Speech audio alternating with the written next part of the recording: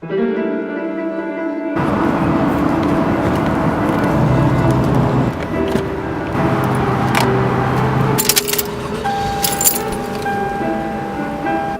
have a need for speed. Hello, champions! It's Miss Katie and Miss Aiko, and today we're at the World of Speed in Wilsonville. Okay, well this is a place that shows all kinds of like race cars, history of cars, racing vehicles, people who race, all sorts of things. Cool, I'm so stoked. I know, so let's go in? Yeah, Let's go! Okay.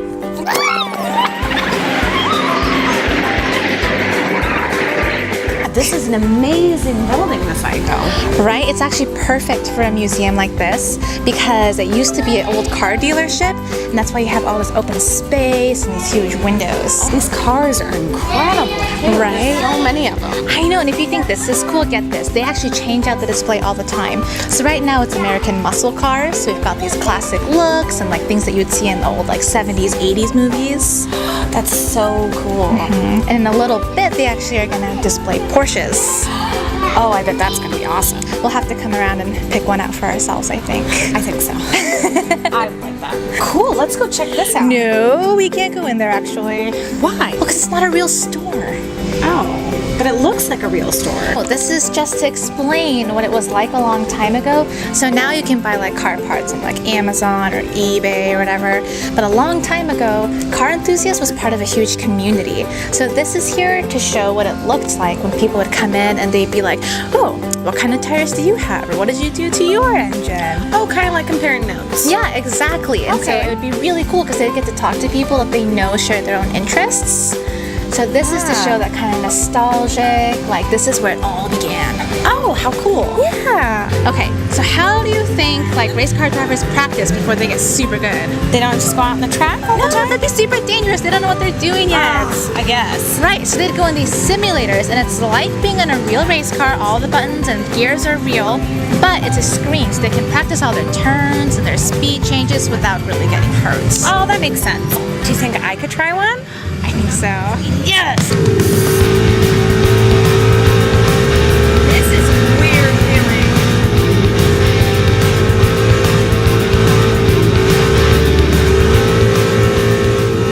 Hey champions, I've got Mr. Lewis here from the World of Speed. Hi Mr. Lewis. Hello. So can you tell our kiddos what you do for the World of Speed? Oh gosh, a little bit of everything right now. Right now I'm the interim executive director, but my main job is education. So we do a lot of great education programs, everything from summer camps to school workshops to helping with exhibits on the floor. Oh, that's exciting. So what would you say is your favorite thing about being surrounded by all these cars? Gosh, the stories. I love the stories that people tell about the cars, and whether it's the drivers or the engineers who built the car. There's always a story for every car, and it's just amazing to hear them and hear them from the people who actually worked, drove, and built them. Right, definitely. So now I've got a couple questions from the kids. Awesome. That's okay? Okay. Yeah, absolutely. All right, so Nico would like to know, What's the road like after the race? That's actually a really good question. I never really thought about it too much, but it's a good one. Heat, the number of cars that run on, and of course the angle of the surface all would affect the track after a race. And brewing too. great. Okay, so Brinley would like to know, What's the difference between a race car and a regular car? Oh gosh, power and the driver. Of course, there are a lot of things like features, but what's interesting about that though, some of the things that you have in your car were originated for racing. For example, back in the Indy 500 days, early Indy 500, the first rear view mirror was used because they didn't want to carry a mechanic with them to actually look around for other drivers. Right. So they thought they could lighten the load. They invented the rear view mirror, and now we all have them. It helps keep us safe. But amazing. yeah, it's pretty cool, some of the things like that. Tires are different. The things they're made of, they're tougher, they last longer because they run at higher speeds. Of course, the engines, you know, not many people go around with that much horsepower under the hood. Right. At least you shouldn't do that. So, you know, things like that. Also, the materials the cars are made of, sometimes they originate with race cars, but then they transfer into the market. That you can actually buy lighter weight cars now than you could back in the 50s. That makes sense. Yeah. It makes sense because the race cars go through all the intensity, and so all the safety features would come back to everybody. Right. And just think millions of dollars and years of research goes into trying to to make these go faster and be safer. So when we benefit from it, that's even better. And of course, the drivers are a big difference too. Right. Race car drivers are trained. They're athletes. They're Right. physically fit. Yeah, unlike me. Well, people shouldn't go out and try to go 200 miles an hour on the interstate. These guys know what they're doing. And I shouldn't say guys and gals. Yeah. Male, female drivers are all trained. They know what they're doing. Gotcha. Well, that leads into our next question. When you're going super fast, how can you turn so well? That's a really good question too. A lot of the turns are banked and things like on oval track racing. A lot of training, of course. Some of the ones I'm talking about, top speeds, don't make turns. Like land speed race cars, they go one direction. Okay. They will turn around very carefully, and then they have to go the other direction at the same speed to actually have a record count. So the ones that are going super fast, they don't turn. They go in a straight line. The ones that are, when I say slower, Right. 150 Yeah, miles an hour. comparatively. Yeah, the track affects that too, the turns in the track, Yeah. and then the training of the driver as well. Gotcha. Levi would like to know. How do you make your car go so fast? Oh gosh, it has to do with, again, kind of going back to the training of the driver. Knowing what's a good speed to go. Right. For the car, and actually the horsepower, what's under the hood, the power of the engine that actually gets it to go that fast. Improvements in material, making the cars lighter. Improvements in tires, lasting longer, and just making safety, overall as concerned. And then improvements in the engine, making them more powerful. Oh my gosh. So do you think that in the future these cars are going to try to go faster and faster still? They will always try to go faster. Okay. As soon as someone sets a record, sometimes even hours later, someone Right. will top that record. Oh my gosh. Yeah, ever since there's been more than one vehicle on the road, people want to race. People want to be the best, and it will continue. Yeah. Gotcha.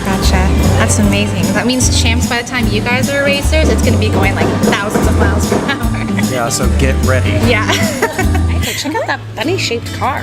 Yeah. Do you know what that is? No, what is it? Okay, so fun story. A long time ago, right, before racing cars were a thing, what they did was they would use the old fuel tanks from old warplanes like World War II. Oh. And they would shell them out, cut them in half, stick an engine and some wheels on it, and use those to drive.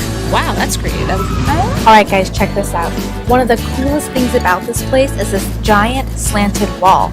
So all the different races drive on a unique track that's angled differently, and this wall shows what that looks like relative to us. The big one that we know, the Daytona 500, drives at a whopping 31 degrees. The model cars here have to be bolted in so they don't fall off. Can you imagine even running on that road? No wonder they have to go so fast. What is that sound? That is from the Wall of Sound. Now, why would there be a wall of sound in a car museum? Good question. Let's think for a moment. Okay, what is the first thing you turn on when you go into a car? Stereo. Right? You guys, for a long time, cars and radio music have gone hand in hand. So the history of cars is also the history of music. What's popular at the time, how you listen to music. And people have romanticized the ideas of cars for so long that people write songs about cars too. That's true. Yeah, so this wall actually just commemorates the history of music, the history of cars, and how those go together. Awesome. Yeah. Suddenly, in the wink of an eye, a Cadillac sedan passed us by and said, "Boys, if it's marked."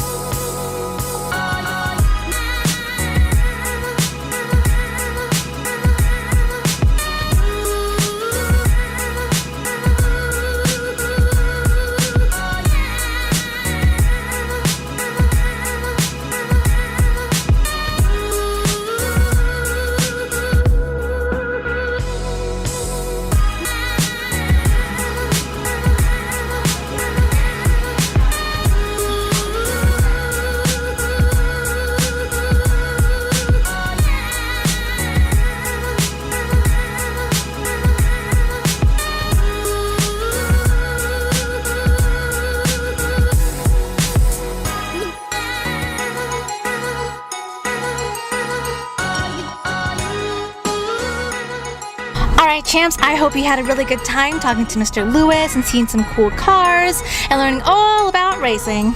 Until next time, champions. Take it away!